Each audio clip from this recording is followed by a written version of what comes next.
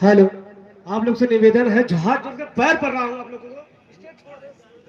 मैकवा में बोली भैया ना, मैकवा। हम आपसे निवेदन कर रहे हैं, जितने हमारे यहाँ कलाकार को आज नहीं मिल रहा है, उनसे नम्र निवेदन है, थोड़ा साइड दे दीजिए आप।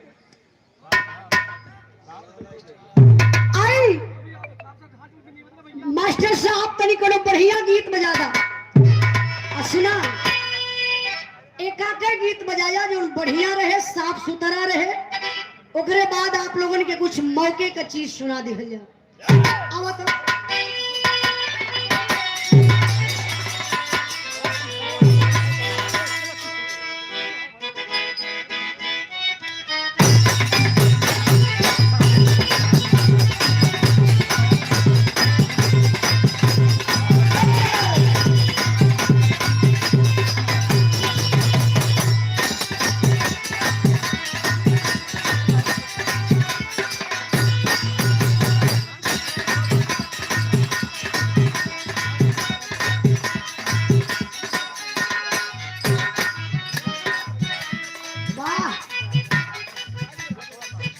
पे बार एक कौन हमारे मास्टर साहब के डॉक्टर साहब को बार और का दवाई हाउ कि ना कोनो इलाज है?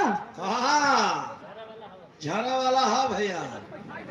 नहीं नहीं झाड़े वाला नहीं, ओके रोके वाला और जमावे वाला ऐसा कोनो इलाज होई तो जरूर आप एक बार बता दी है। सबसे ज्यादा हमारे मास्टर साहब के दिक्कत हो ये हारमोनियम जो बजावत है इनकर मेहरारू थोड़ा से टाइट है।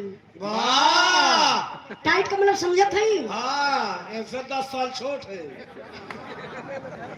तनी हिस्ट पुष्ट है, तनी सांवर हवा करिया हवा भैया आप बस अपने के लिए काला रंग भी सब में एक अलग पहचान देला। तनी थोड़ा करिया हवा इनकर मेहरारू बड़ी गोर बा।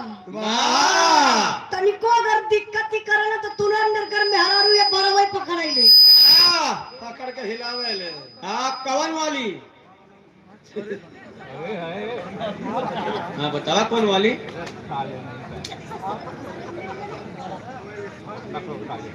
हाँ को बात करत बानी केहू को सम्मान का बात हो का के पोल थोड़ी खोलल जाला। तो देखिए अगर डॉक्टर साहब कोनो इलाज होई तो जरूर बता दी है ताकि मेरे मास्टर साहब के मेहरारू रुक जा। भैया रुक जा मत आगे वाली है एक दिन ही कहा रहना। अच्छा आप डॉक्टर साहब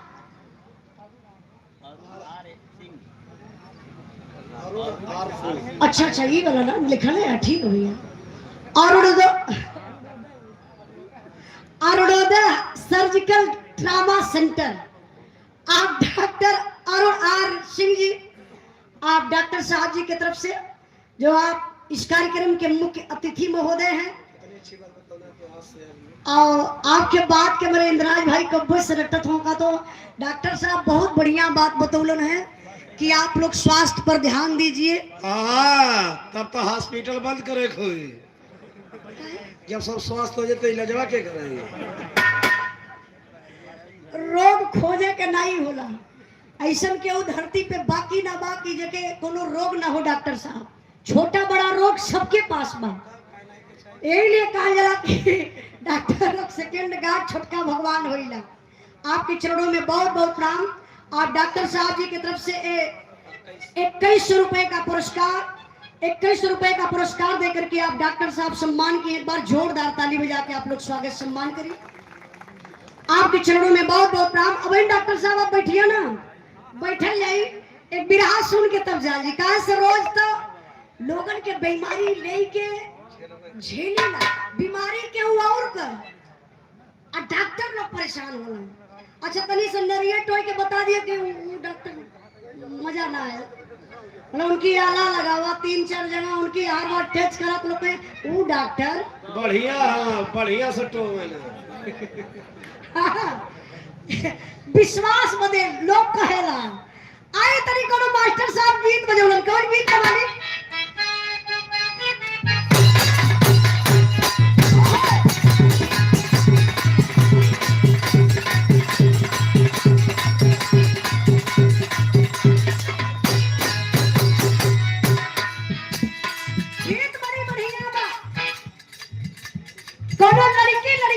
प्यार रहल। वाह प्यार प्यार शब्द बड़ा पवित्र शब्द होला,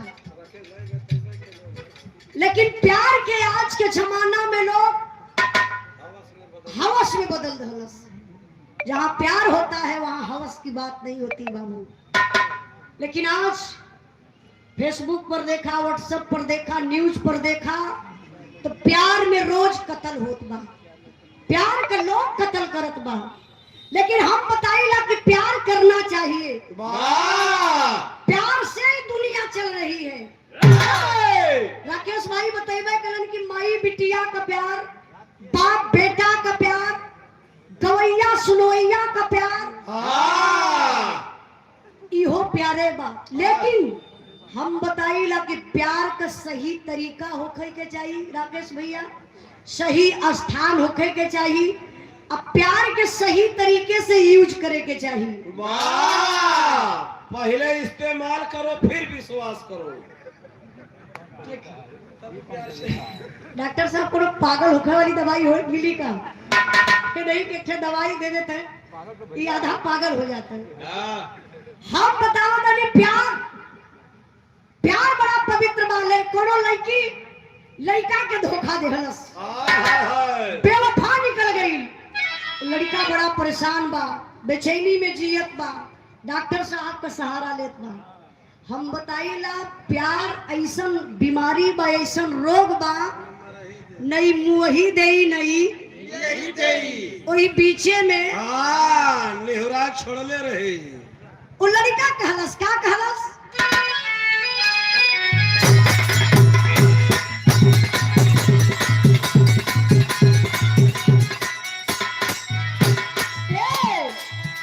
जिंदगी में जहर घोरे लिए जाम, जिंदगी में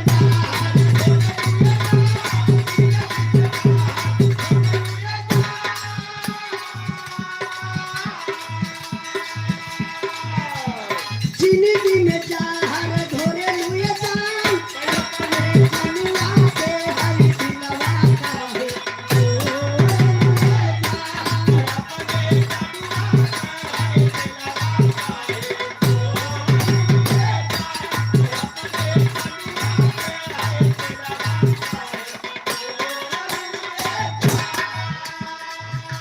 कहन करन तू करेलू बेवफाई, पूछला पे झूठ सच देलू गवाही।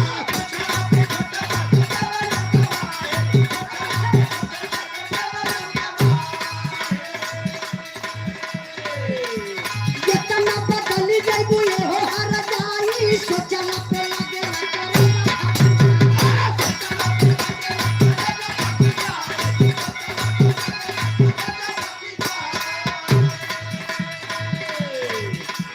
तुषार के ओढ़नी ओढ़नी जान, तुषार के ओढ़नी ओढ़नी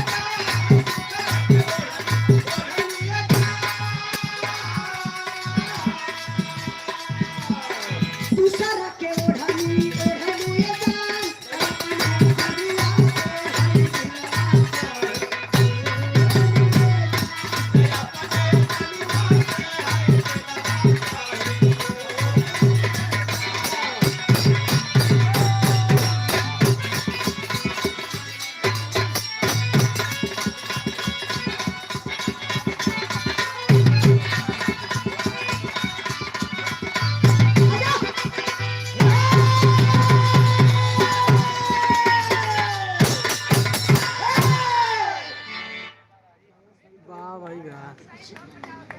आप दया शंकर यादव घोड़हा के धरती से आपके तरफ से 500 रुपए का पुरस्कार एक गीत के भाव पर आपके चरणों में बहुत बहुत प्रणाम आशीर्वाद का चाह रही।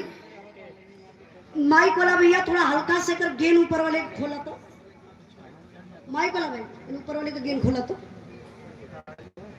हालो हालो थोड़ा खोलिए हो, क्लियरिटी हो भैया भैया। हालो बस यहीं पर छोड़ दी। आई अब आप लोगों से हम 5 मिनट के लोग गीत गाई तो आप लोगों का टाइम वेस्ट हो जाए। कब आइले कलाकार बहकाए के निकल गए। तो नहीं साहू टाइम बढ़ाए के एक ठे बिरहा आप लोगों के सुना दी, ठीक बना? हाँ, हम चाहत बनी कि आप लोगों का टाइम देख लो, आप लोगों का टाइम वेस्ट ना जाए। बीरस, अरे चचा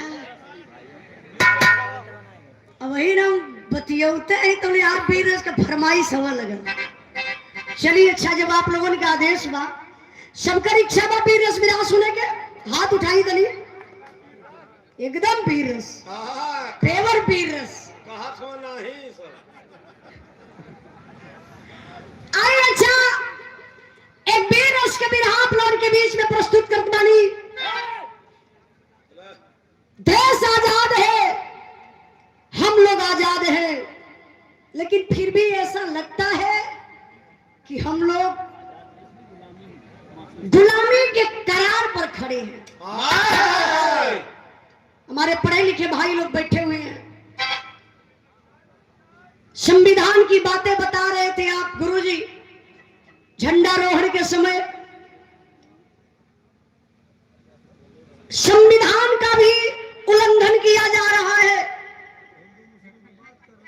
कुछ दिन पहले आप लोग देखे थे, कुछ लोगों को आरक्षण मिला था,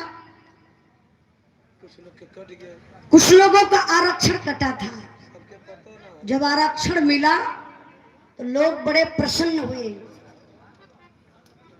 कि गरीबों का आरक्षण काट करके, दलितों का आरक्षण काट करके, पिछड़ों का आरक्षण काट करके अन्य लोगों को दिया गया, तो लोग बड़े खुश थे। लेकिन आज अगर आप लोग देखते होंगे तो पता होगा आप लोगों को, एक नियम थोड़ा सा चेंज हुआ है। यूजीसी ना साहब, अभी काफी लोगों के